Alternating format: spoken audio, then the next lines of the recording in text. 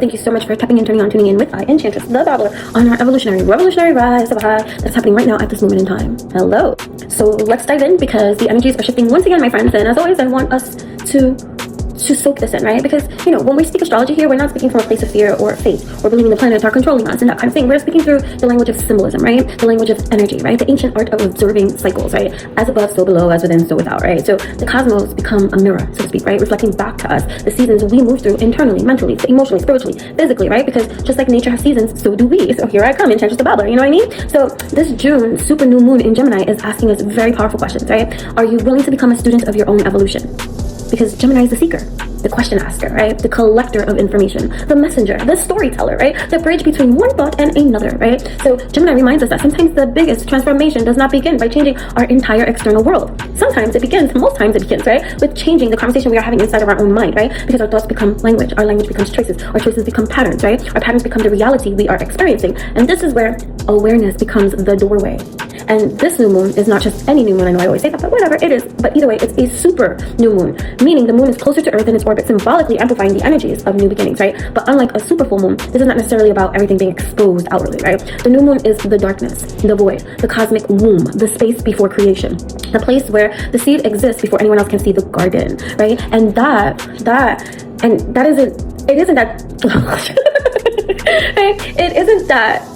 it is the perfect metaphor for ourselves, right? Because how many times are we transforming? How many times are we healing, growing, building, right? Before anyone else can even see that evidence. So before the flower blooms, the roots were always already working, right? So Gemini is a mutable air sign, right? So let me break that down for you, right? Because we have three different modalities in astrology, right? Cardinal, fixed, and mutable. Cardinal's energy initiates, right? It starts the fire. It says, let's begin.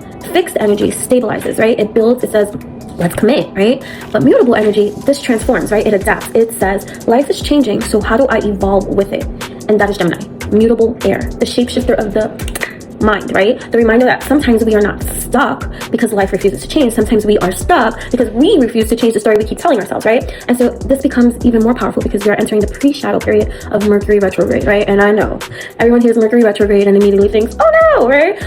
Either way, technology, right? Communication, problems. That's what people think when they think Mercury retrograde. Everything falling apart, right? But let's look a little bit deeper, because Mercury retrograde is not punishment. It is reflection. It is the great revisit, reevaluate, rewrite, relearn, reconnect, remember. Because Mercury asks, did you actually process the lesson, or did you just move past the experience, right? Because there is a big difference there, right? Sometimes moving forward physically does not mean we move forward mentally, right? Sometimes our body enters a new chapter while our mind is still reading an old page. And so Gemini being ruled by Mercury makes this even louder, right? Because this is about our inner narrator, the voice inside, the voices, right? The stories we've inherited, the beliefs we've repeated, right? The ideas we've absorbed before we even knew we had the ability to choose differently, right? And that's where the liberation happens, when we realize I am free to choose better for myself. My choices are my own. I'm not imprisoned by the version of me that only knew how to survive. And you should love that version, right? And still evolve beyond that version, right? So either way, I always like to tap into the elements, right? Because the elements exist outside of us, within us, right? We are nature experiencing itself, right? So air is the mind, right? Gemini brings us into air. Our thoughts, our communication, our ideas, our perspective. And air is asking what thoughts are giving you wings, right? And what thoughts are creating invisible cages. Not every thought deserves a home inside your mind. Sometimes evolution is not learning something new, right? Sometimes evolution is unlearning what was never yours, right? Then we have the earth, which is the body, right? Earth says ground, come back home, right? Because information without embodiment becomes overwhelm. And so you can read every book, you can listen to every teacher, right? You can collect all the wisdom. But the question is, are you living it? Are you walking the wisdom that you speak, right? So earth reminds us, do not just know better, choose better, do better, be better, build better, become better, right? And then we have water, our emotions, right? And water asks, what feelings have been asking for your attention, right? What emotions did you silence because they were inconvenient, right? Because healing is not pretending the water is calm. Healing is learning how to swim, right? And so water teaches us emotional intelligence, to feel without drowning, to flow without losing ourselves, right? And fire, the soul, the spark, right? So fire asks, what still lights you up, right? What part of yourself did you hide because someone else could not understand your flame, right? Because fire reminds us your passion is not random, your creativity is not accidental. There is something within you asking to be expressed. Say with your chest, right? Then we got the ether world, right? Our spirit world, right? And ether, the unseen, right? The space between the connection, the knowing beyond the knowing, right? Ether reminds us what happened. Ether reminds us you are not only in this moment, you are the collection of every version of yourself that has survived, learned, expanded, evolved, right? You are the ancestor and the descendant existing at the same exact time, the seed and the bloom, right? And now we zoom into the actual, right, cosmic conversation happening, right? The planetary placements, the bigger cycle, and how it really applies to our personal, creative, professional, emotional, and spiritual evolution, right? All right, so let's dive in a little bit deeper, right? I gotta wrap this up anyways, right? So, because this new moon is not standing alone, right? The planets are always having this conversation, and I like to talk about the conversation all the time, right? And it's just like us, right? The energy around us is constantly interacting, right? It's constantly interacting, it's creating, it's destroying, it's rebuilding, it's reinventing, right? And this is why this moment always feels so important right now, right? Because we are not only experiencing a new moon, we are experiencing what feels like a reset point, a point where, a moment, right? Where the universe symbolically is asking, are you creating from who you used to be or from who you are becoming? Right? This new moon arrives in Gemini, right? And Gemini is ruled by Mercury. Mercury, like we said, is the messenger, that bridge, that translator, the one who carries the information from one place to another, right? And symbolically, Mercury represents our thoughts, right? Our communication, our learning, right? Our perception, our ability to receive this information too, right? So, but it's also our ability to question it. Because remember, right? Information is not automatically wisdom. Information is what we collect, right? So wisdom is what we integrate from that which we collect, right? And maybe that is one of the biggest lessons we are stepping into right now, especially with, you know, Uranus beginning this massive shift into Gemini, right? Because if you remember from our last conversation, right? Uranus is the great awakener, right? The disruptor, right? The rebel, right? The energy that comes in and says, what? Anything built on outdated foundations cannot remain the same forever, period, right? Uranus does not shake things up just for the chaos, right? It's shaking things up for the liberation, for the revolution, for the innovation, for the evolution. I said revolution, right? It's stacking them rhymes. We're stacking them rhymes for those majestic lines, right? Either way. So now Uranus is moving through Gemini. That's a major collective shift, right? So for years, Uranus was supposedly moving through Taurus, right? So that's Earth energy, right? The physical world, our money, our resources, our values, our sense of stability, right? And didn't we see that? Right? Our relationship with work changed. Security changed, right? How we create income has drastically changed in this world, right? How we define value definitely has changed, right? And the ground beneath us is being questioned, right?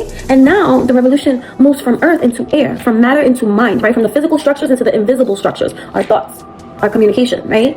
Technology, our ideas, these sparks, right? Our connections, right? The way humanity shares our information, the way that we learn, the way that we speak, the way that we understand reality itself. I find that interesting. Do you find that interesting? Because we are living in a time where information travels faster than it ever has before, right? And so now the question becomes, are we becoming wiser? That's questionable, right? Or only becoming louder? Woo! We see it, right? But are we expanding consciousness or collecting distractions? Because Gemini teaches us curiosity, but the evolved Gemini learns discernment. And this is where the personal evolution comes in, right? Because we are all being asked, what information am I feeding my mind, my body, my heart, my soul, right? What conversations am I allowing into my energy? And what stories am I repeating about myself? Because your mind is a garden, right? And your thoughts are the seeds. And not every seed deserves the soil, right? Don't spoil your royal alignment. Now, either way, there is another beautiful layer happening here, right? It's the conversation between the mind and the heart, right? Because Gemini brings the mind, the questions, the thoughts, the logic, the curiosity. But we also have this Cancer energy present, right? And Cancer brings the heart, the emotions, the intuition, the feeling, the inner home, the sanctuary, right? And we're not being asked to abandon logic, no. But we're also not being asked to drown in emotion. We're being asked to create a bridge, right? Because the mind without the heart can become disconnected, and the heart without the mind can become overwhelmed, right? But together, that becomes emotional intelligence, right? That becomes aligned action. That becomes, I know what I think, but I also honor what I feel, right? Because sometimes we logically understand something, but emotionally we have not accepted it, right? And sometimes emotionally we know the truth, but mentally we keep negotiating with ourselves, right? So this energy is asking, can your head and your heart finally sit at the same table? Right? And with Mars adding its energy into the conversation, we get movement, right? Because awareness without action is only observation, right? So Mars is asking, what are you going to do with what you now know? And where do you need courage? Where do you need boundaries?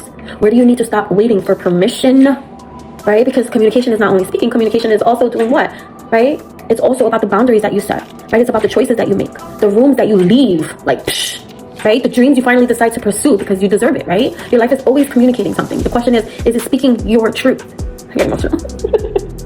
Anyways, like, then we have Venus and Jupiter, right? This energy connecting us back into nourishment, right? It's expansion, it's love, it's belonging, it's home, right? And maybe redefining what home even means, right? Because sometimes home is not only a place, home is a state of being, right? A relationship that you have with yourself, a nervous system that finally feels safe, a version of yourself you no longer have to escape from, right?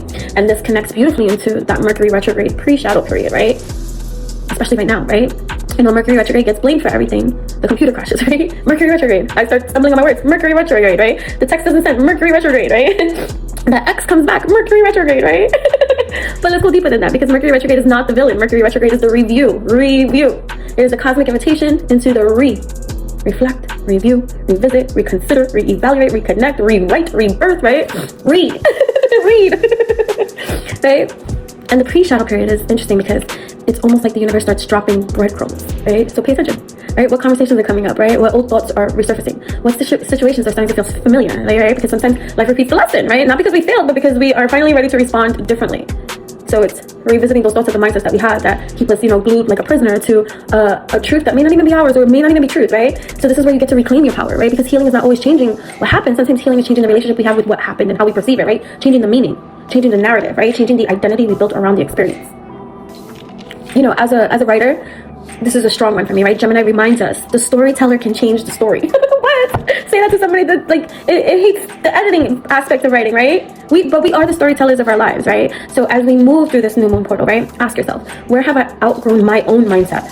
Where am I holding onto an outdated version of myself? What conversation with myself needs to change? And what truth have I been afraid to speak? And what ideas keep calling my name, right? And what version of me is waiting for me to finally choose them, right? Because we are stepping into a time where adaptability is power. Curiosity is medicine, right? Communication is creation, right? And consciousness is the revolution, the declaration, right? The declaration of what you keep to yourself, right? I release the stories that no longer support my evolution. I welcome new perspectives, new possibilities, and new versions of myself. I trust my intuition. I honor this transformation. I am free to choose better for myself. And every choice I make becomes a conversation with the life that I'm creating, right? Because I am open to evolving. I am willing to see differently, think differently, and choose differently. I honor who I've been while creating a space for who I'm becoming, right? My thoughts, my words, and my actions align with the reality that I'm creating. I'm free to choose better for myself, and so I do. And with awareness and intention and trust, I move forward because I can. I will. I do. And that's what I have for you. Till next time. Bye.